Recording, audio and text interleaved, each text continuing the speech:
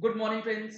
GST platform के YouTube channel में आप सभी का स्वागत है। जीएसटी रजिस्ट्रेशन से रिलेटेड एक बहुत बड़ा चेंज 21 अगस्त 2020 से कर दिया गया है। चेंज क्या किया गया है? चेंज में ये किया गया है कि जब आप अपना जीएसटी का रजिस्ट्रेशन लेंगे तो आपको आधार ऑथेंटिकेशन करना मैंडेटरी है। अगर आप आधार ऑथेंटिकेशन करते हैं तो 3 दिनों के अंदर प्रोसेस होगा, अदरवाइज 21 डेज जो है वो लगेगा अलोंग विथ फिजिकल वेरिफिकेशन।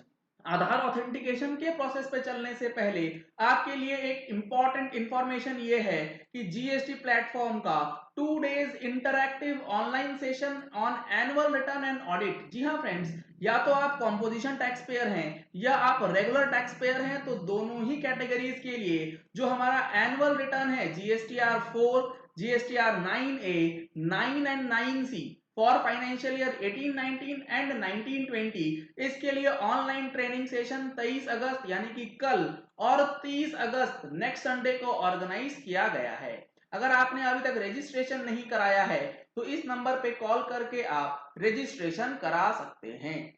अब यहां पे लोगों को दिक्कत ये आ रही है, जब आप जीएसटी की रजिस्ट्रेशन अप्लाई करते हैं तो वहां पे आधार जब ऑथेंटिकेट कर रहे हैं तो ईमेल और मोबाइल नंबर इस दोनों की रिक्वायरमेंट है।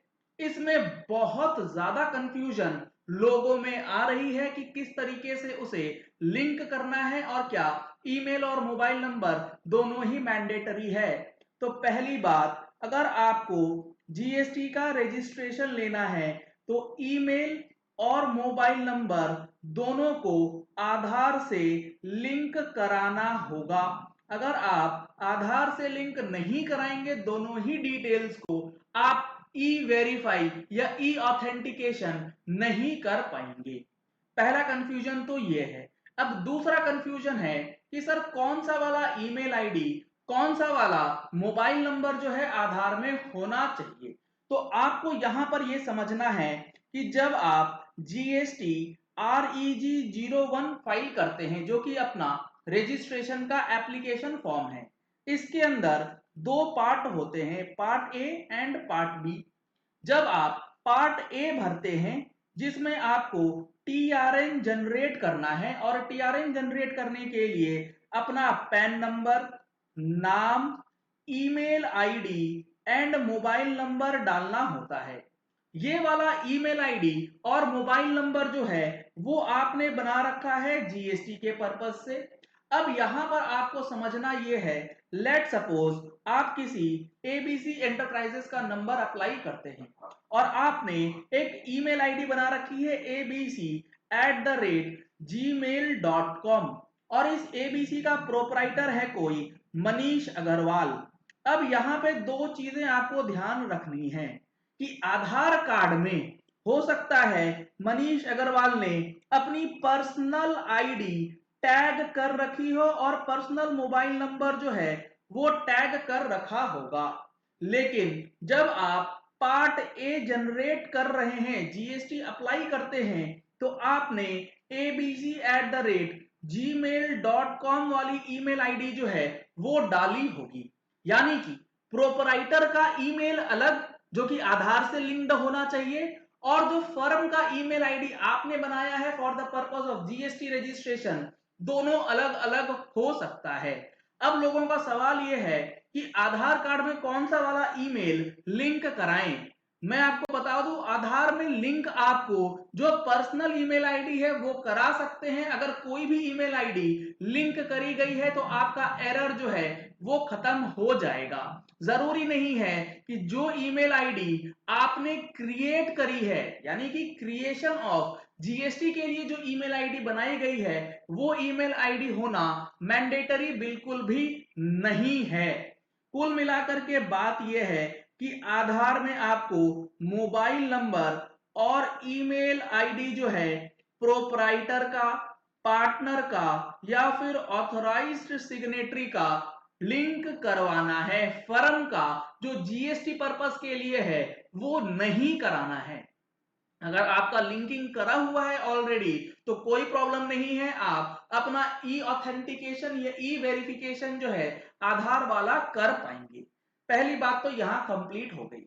सर हमारा जो आधार नंबर है ना, उसमें मोबाइल का डिटेल्स तो लिंक है, लेकिन ईमेल जो है वो लिंक नहीं है, ना तो प्रोपराइटर की लिंक है ना ही किसी पार्टनर की। इस सिचुएशन में क्या होगा, तो मैं आपको बता दूं, फिलहाल ईमेल और मोबाइल दोनों का लिंकिंग मैंडेटरी है। अगर नहीं है तो आप जिस दिन एप्लीकेशन अप्लाई कर रहे हैं उसमें आपके पास दो ऑप्शन है, या तो आप आधार ऑथेंटिकेशन यस कर दीजिए या आधार ऑथेंटिकेशन नो कर दीजिए। अगर आप नो करेंगे तो आपका एप्लीकेशन जो है वो फिजिकल वेरिफिकेशन के दायरे में चला जाएगा और उसमें 21 डेज का टाइम पीरियड जो है वो लग सकता है।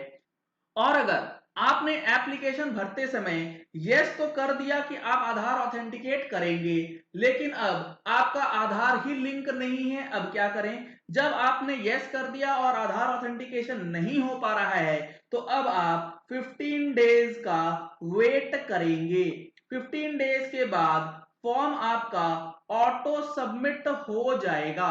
जी हाँ फ्रेंड्स, ये फॉर्म ऑटोमेटिकली सबमिट हो जाएगा और ARN जो है वो आपको दे देगा जीएसटी पोर्टल, और उसके बाद फर्दर 21 डेज में आपका जो है जीएसटी के अंदर या तो नंबर आ जाएगा या फिर कोई क्वेरी डिपार्टमेंट जो है वो रेज कर सकता है। तो ये पूरा प्रोसेस आपको फॉलो करना होगा जीएसटी रजिस्ट्रेशन के अंदर आधार ऑथेंटिकेशन के लिए, क्योंकि दोनों ही चीज अब मैंडेटरी कर दी गई है। यहां पर डिपार्टमेंट ने एडवाइजरी भी इशू करी है। मैंने ऑलरेडी आपके साथ एक प्रैक्टिकल वीडियो शेयर किया है जिसमें मैंने आपको स्टेप बाय स्टेप बताया है कि किस तरीके से आप आधार ऑथेंटिकेट कर सकते हैं और वो मैंडेटरी है या नहीं है ओटीपी को रिसीव करने के लिए। और जो ओटीपी रिसीव होगा वो ध्यान रखिएगा, आधार कार्ड में जो आपने मोबाइल नंबर दिया है उसी में ओटीपी जाएगा for the purpose of Aadhaar authentication. यहां पर आपको ध्यान रखना है कि मोबाइल नंबर जो आधार में लिंक है उसी पे जाएगा OTP for the purpose of Aadhaar authentication. इसमें गलत नंबर या डीएक्टिवेटेड नंबर जो है वो नहीं होना चाहिए। चलिए इस वीडियो को यही एंड करते हैं। आशा करते हैं कि आपको ये वीडियो पसंद आया होगा और आपको चीजें अब समझ आ गई होंगी कि जीएसटी के अंदर रजिस्ट्रेशन और आधार ऑथेंटिकेशन किस तरीके से किया जाना है। अगर आपने हमारे चैनल पे फर्स्ट टाइम ट्यून इन किया है तो चैनल को सब्सक्राइब करने के लिए नीचे दिया गया रेड कलर का सब्सक्राइब बटन प्रेस कीजिए, साथ में जो बेल आइकन है उसे प्रेस कर लीजिएगा ताकि वीडियोस की नोटिफिकेशन आप तक रेगुलरली पहुंचती रहे। Thank you and have a nice day.